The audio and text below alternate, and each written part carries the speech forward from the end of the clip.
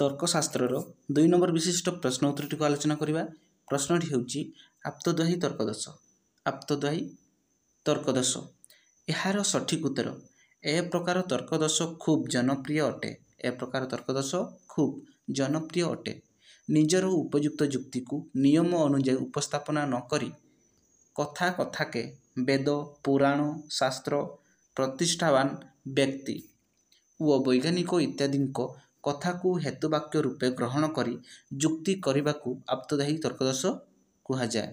कौन कौन ना कथा कथाके वेद पुराण शास्त्र प्रतिष्ठावान व्यक्ति व वैज्ञानिक इत्यादि कथा को हेतुवाक्य रूपे ग्रहण करी युक्ति करने को आप्तद्वयी तर्कदोष कुहाଯାଏ। सेमानंकर मत को आखि बुझी ग्रहण करा जाए।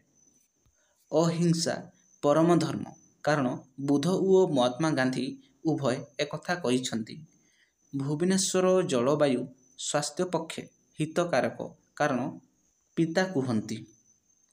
जगत मिथ्य अटे कारण शंकराचार्य यह कहिछंती।